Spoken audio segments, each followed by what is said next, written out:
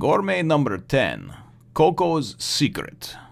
Wait, is that like Victoria's Secret? Because I was always wondering what that bitch was hiding. Wait, where did you come from, my friend? These are just a ton of fun, man. Well, hello, my brothers and sisters of the Nerd Nation, the hungry Nerd Nation. I, as always, am Jim, here to bring you another review on the awesome and appetite-inducing tale of Toriko. Our last chapter, of course, saw Komatsu and Toriko stopping off in Fortune City and meeting up with, and of course, us being introduced to Coco.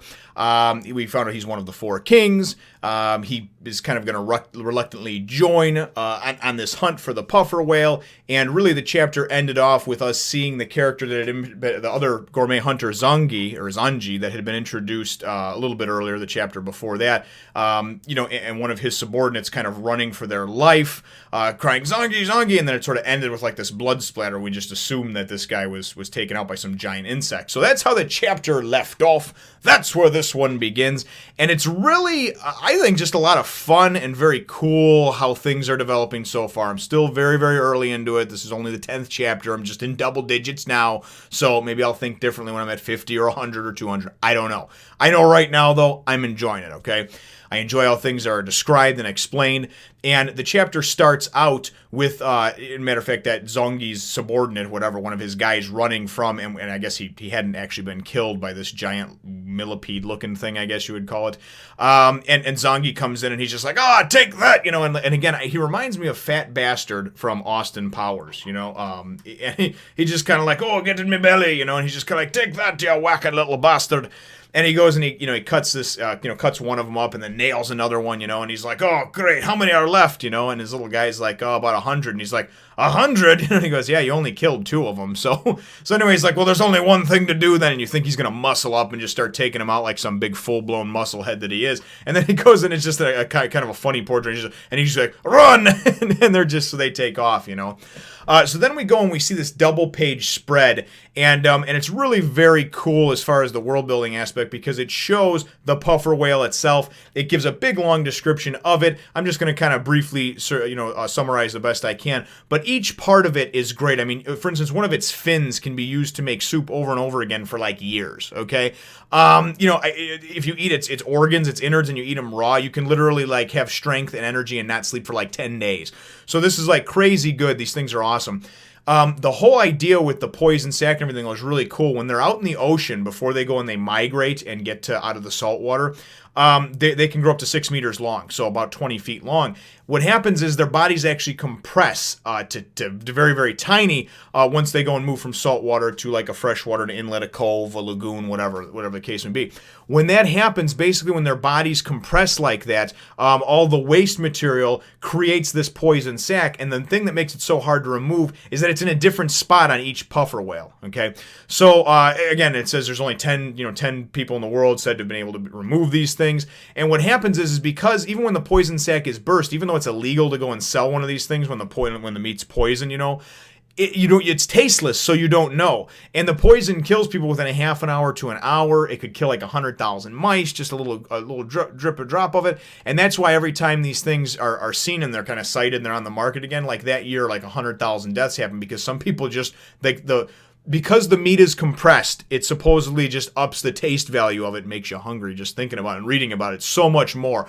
And that's like the whole draw to these puffer whales is that they just taste so damn good. So I know I've seen in some of the comments, some people have jumped on with the series and they're kind of either for or against, they're indifferent about it. For me, I'm focusing on the world building and ultimately just the different creatures and just the explanation, the descriptive nature of all the different tastes and things like that. And I mean, just imagining what something like that would taste like, just like that compressed, times 10 type of feel, that concentrated awesome, if you will.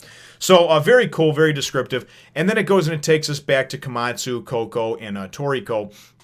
And he's kind of like, yeah, and Coco's like, yeah, now that you ate me out of house and home, now you're trying to push me into going now. So Coco's like, I'm kind of the philosophy of like, there's a time for everything, right? And Toriko's like, yeah, but what if you saw the right time was 1,000 years from now? I just go when I feel like it because a human only lives 100 years, so live in the now. So it's two different ways of thinking. Toriko is very much like a very instant gratification now. I'm going to do it now because I feel like it, right? And Coco's very much like, he kind of like tries to play the odds and the numbers and like, look for the right time, strike while the iron's hot, that sort of thing. So really kind of cool to see both of their different perspectives on this because obviously at one time, them being two of these four kings, they must have been very close. I don't know if they're brethren, their family, some power they've been imbued with, who knows? So Komatsu, of course, is tagging along, and then they're going and they're approaching, this cave, the cave network of caves that goes down into and actually gets to the lagoon where the puffer whales are, right? And they see Zongeh, and he calls him like, I don't know, Shangri-La or Sangri-Li or something like that. It's hilarious, and he's like, what? It's Zongeh, get it right, Zongeh. Who the hell's this Shangri-La person? And if you remember when he was on the trying to intimidate Toriko on the train, to get the liquor and everything else from, Toriko called him Zombie. And so I think it's like an intentional thing. I don't think Toriko is dumb. I think it's an intentional, like he doesn't even have enough respect for this douche to go and actually call him by his real name. So him and his little subordinate guy are going and walking by and going off, and he's like, oh yeah, and he basically makes it out like they're like, oh, so how'd everything go? And he's like, oh, just fine, wanted to make sure that I saved some of the puffer whale for all of you though. And then he goes on to say something about, yeah, when I play RPGs, I get to the end boss and I just put it down and leave it, that's how I am. I don't like to completely finish it, because I'm just so good, right? And then he's like walking away like, hey, wait until they see, and he also makes a comment about how they're going in there with no weapons. Who the hell do they think they are? Coco makes mention of that there's a bunch of assassins and brigand type fellows just sort of sitting and hanging around outside the cave. They're waiting for gourmet hunters to come out with puffer whales so they can go and rob them, right, and steal from them. And Coco says something about, their aura they give off, that they're going to die soon. But he doesn't think by their hands, by him or Komatsu or Toriko. So, kind of like, what is it that, that's going to kill them, or who? Is there somebody else that's already in there?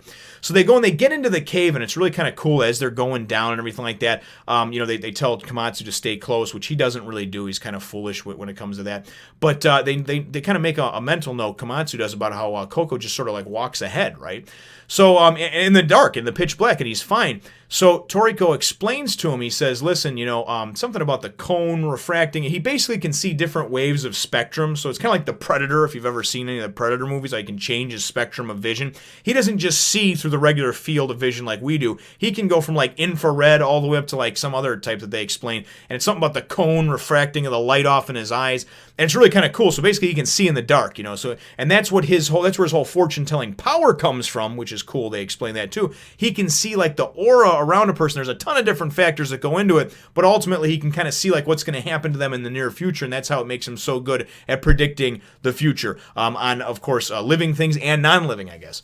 So very, very cool stuff. Then they go in there, they're going through the caves, and all of a sudden Coco's like, hold on a second, stop, and Komatsu's like, what? Keeps walking, woo, and he starts to fall. Toriko catches him and pulls him up, and he's like, oh, thanks. They shine their light down there, and what do they see but this whole nest of like hundreds of these scorpion roaches, capture level 7, right? And I'm like, oh man, these things just look nasty, and they're all down there.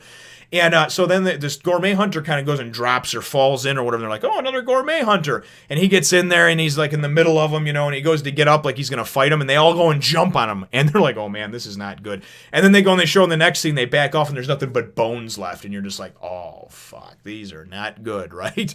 So Coco goes and he starts unwrapping his little deal that he's got, his bandage looking thing that he's got around his head, and he starts unwrapping it, and he's like, just follow me, stay close, stay right behind me. And you're like, what the hell, So he goes, and as he's unwrapping his stuff, it looks like he's got like, I thought it was like sweat at first, something dripping down his face and whatnot. He goes and just kind of jumps off the ledge and just jumps right into the middle of these things, right where that gourmet hunter had just been before. And he's just kind of like, hey, no problem. So it jumps in the middle of it, and they start backing off. And Komatsu's like, what the hell? They backed off, right? So the whole deal was, this was called Coco's Secret, this chapter. And I guess his whole deal is, or at least part of his deal, other than being able to see auras and see people's futures and everything like that, somehow I guess he can secrete poison from his body, or maybe he's got it wrapped up in his hair, maybe he uses a special version of Head and Shoulders. I have no idea, right? But he secretes some kind of poison, and I guess these poisonous, venomous scorpion roaches, they can smell it, they can sense it, they know it's there, so they back off him. So it's really kind of cool. That's how the chapter ends off, and of course it's with him just sort of jumping in the middle, and he's unwrapped his stuff. He's got his hair sticking out now, and he's got he doesn't really comb his hair obviously because he wears the bandage wrap on his head. But ultimately that's what it is the poison that's secreted from him. So it's really kind of cool, And then they're sort of like, okay, let's go, So definitely a very neat thing, and that is going to be, my chapter question. What do you think of Coco's abilities now that they've been explained, at least to some extent?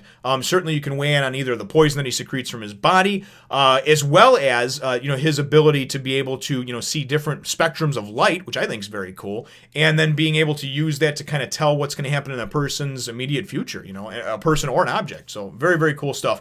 Remember to leave your answer to that question in the comments down below, and feel free to hit the thumbs up, the like button if you should think that I deserve it, and subscribe if you haven't done so already.